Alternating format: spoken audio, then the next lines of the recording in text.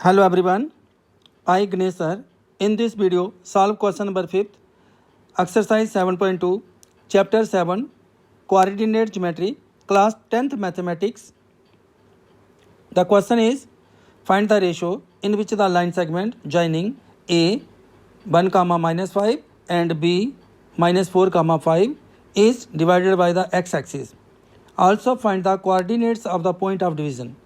हमें क्या फाइंड करना है? रेशियो फाइंड करनी है. In which the line segment joining, जे ए पॉइंट और बी पॉइंट से एक लाइन सेगमेंट ज्वाइन हो रही है और एक्स एक्सिस इसको क्या कर रहा है? डिवाइड कर रहा है. ये लाइन सेगमेंट जो है ए और बी पॉइंट से ज्वाइन हुई और एक्स एक्सिस ने इसको क्या किया है? डिवाइड किया है. और जब एक्स एक्सिस इसको डिवाइड करेगा तो पॉइंट ऑफ जो इंटरसेक्शन होगा, सपोज वह पी पॉइंट है, उस पॉइंट ने लाइन सेगमेंट ए बी को डिवाइड किया. हमें उसकी रेशो फाइंड करनी है कि पी पॉइंट ने ए बी को किस रेशो में डिवाइड किया. Also find the coordinates of the point of division.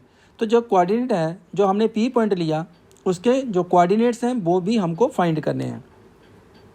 तो इसके लिए हमें सेक्शन फार्मूला लगाना है.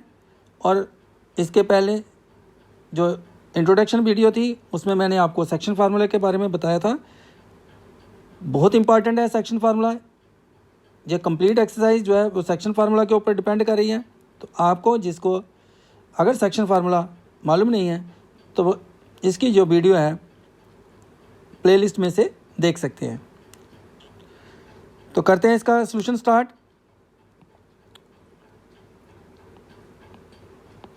हमारे पास दो पॉइंट हैं, ए और बी पॉइंट है. ए के कोऑर्डिनेट है 1 और -5 और जो बी के कोऑर्डिनेट है -4 और 5. अब जब लाइन सेगमेंट ज्वाइन हो रही है, ए बी लाइन सेगमेंट होगी.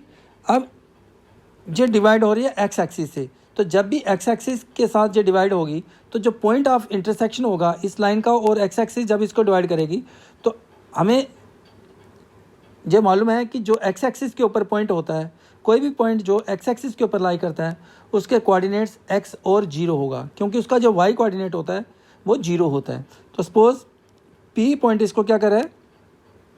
डिवाइड कर रहा है. जो पॉइंट ऑफ इंटरसेक्शन है वो पी है और इसके कोऑर्डिनेट क्या हो जाएंगे? 0, क्योंकि ये लाइन सेगमेंट जो ए बी ज्वाइन करके बन रही है ये डिवाइडेड हो रही है बाय द एक्स एक्सिस. तो एक्स एक्सिस के साथ जब डिवाइड होगी लाइन तो कोऑर्डिनेट्स हो गए हमारे पास x और 0. तो पॉइंट हमने ले लिया P. अब ये P पॉइंट इस ए बी को क्या कर रहा है? रेशो में डिवाइड कर रहा है. हमें वो रेशो फाइंड करनी है. सपोज करते हैं हम L और M रेशो में इसने डिवाइड किया. तो लिखते हैं इसका, let the line segment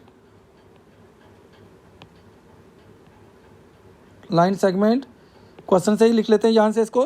let the line segment joining A 1 -5 and B -4 is divided by the x axis at P. कर लेते हैं इसको. Line segment joining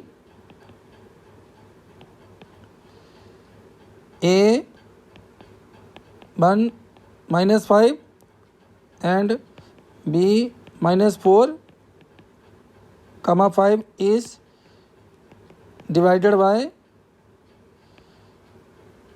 the x axis at point P. और उसके कोऑर्डिनेट क्या होंगे? x 0 in the ratio. किस ratio में कट करेंगे? ये इन द रेशो जो डिवाइड हो रहा है L और M की रेशो में इस P पॉइंट ने इसको ए बी को डिवाइड किया. अब सेक्शन फार्मूला चूज़ करेंगे. बाय सेक्शन फार्मूला जब भी कोई रेशो वाला क्वेश्चन होगा तो आपको सेक्शन फार्मूला चूज़ करना चाहिए. अब सेक्शन फार्मूला क्या है? जो कोऑर्डिनेट्स हैं P के, x कोऑर्डिनेट जो होगा x is equal to, section formula में क्या करना है? जो x कोऑर्डिनेट फाइंड करना है P पॉइंट का, x is equal to LX2 plus MX1 divided by L plus M. और जो y कोऑर्डिनेट होगा इसका वो होगा LY2 plus M/1 divided by L plus M.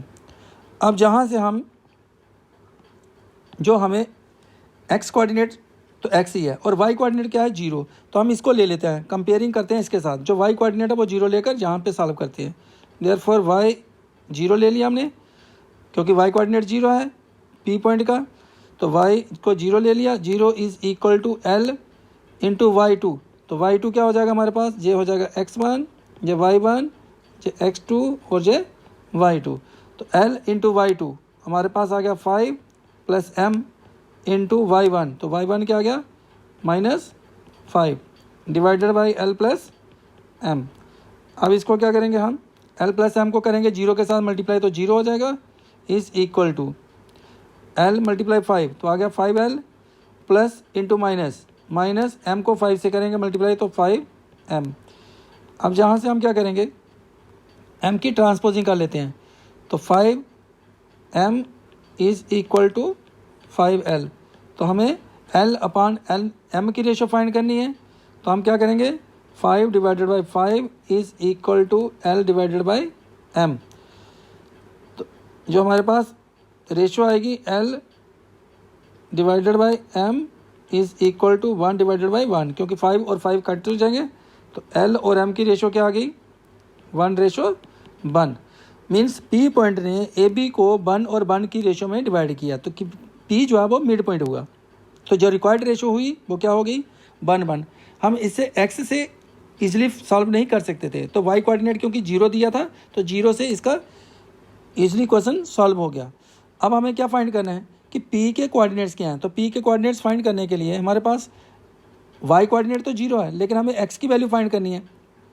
तो हम इसमें इस पार्ट में x की वैल्यू फाइंड करने के लिए L हमें पता चल गया 1 है, m भी पता चल गया 1 है, और L और m 1 है, तो हमें x2 x1 की वैल्यू मालूम है, तो हम यहाँ से x फाइंड कर लेते हैं, जो taking x coordinate of P से।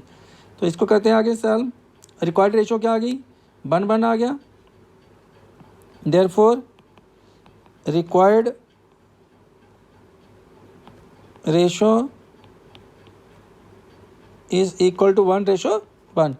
अब हम x कोऑर्डिनेट फाइंड करते हैं जो P पॉइंट का है, तो जे भी सेक्शन फार्मूला से हमने आगे ही इसको लिख दिया हुआ है, तो x is equal to LX2 plus MX1 divided by L plus M। तो x is equal to L कितना आ गया हमारे पास 1, x2 कितना है -4 प्लस M कितना है 1 आ गया, इंटू x1 कितना है 1 डिवाइडेड बाई 1 प्लस 1। तो x की वैल्यू क्या आ जाएगी हमारे पास, x is equal to 1 into -4 plus 1 divided by 2 is equal to -4 plus 1 कितना हो गया -3 डिवाइडेड बाई 2। अब जो P के कोऑर्डिनेट्स आ गए, therefore the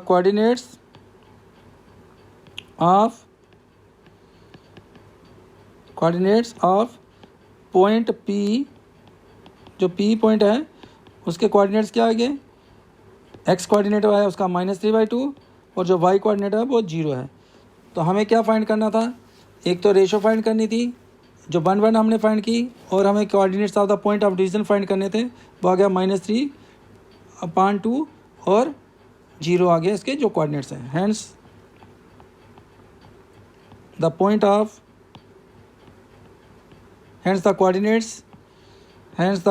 of the point of division, hence the coordinates of point of division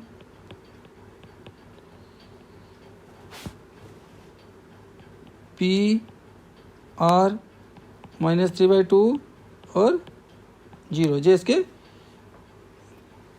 coordinates आ गए। तो इसके साथ इस क्वेश्चन का जो सॉल्यूशन है वो कंप्लीट हुआ। Thank you for watching this video. Next question के लिए नेक्स्ट वीडियो देखें, इस चैनल को सब्सक्राइब करें, अपने फ्रेंड्स के साथ शेयर करना मत भूलें। Thank you once again.